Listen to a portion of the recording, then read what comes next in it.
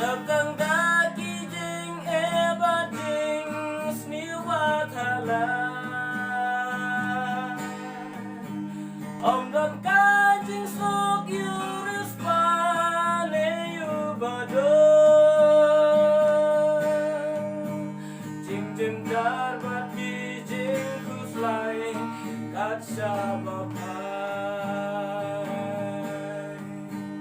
Kajing im jong iki ben view haka berdeh Kusini lihat percaya ki hukum ublay Tumhay no kapur kam syasyu bandang butai Employ ban kelah kabamun yolapaku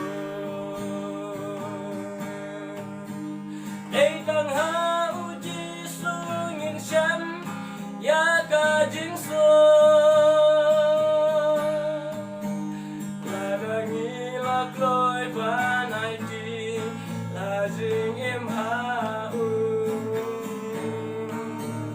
Jimpang jing kuslai jing jin jar baro Now try kin saja no Kajing suka mensim nutrain sayo Iem ring kat bat kijing spill Jom ka berdeh Dongin ken mawan pendam jing Dwai ha ublay On pelanya ngila jing snail bertay baro Ajila jing em ha utrai jing sok ngin yo Eitang ha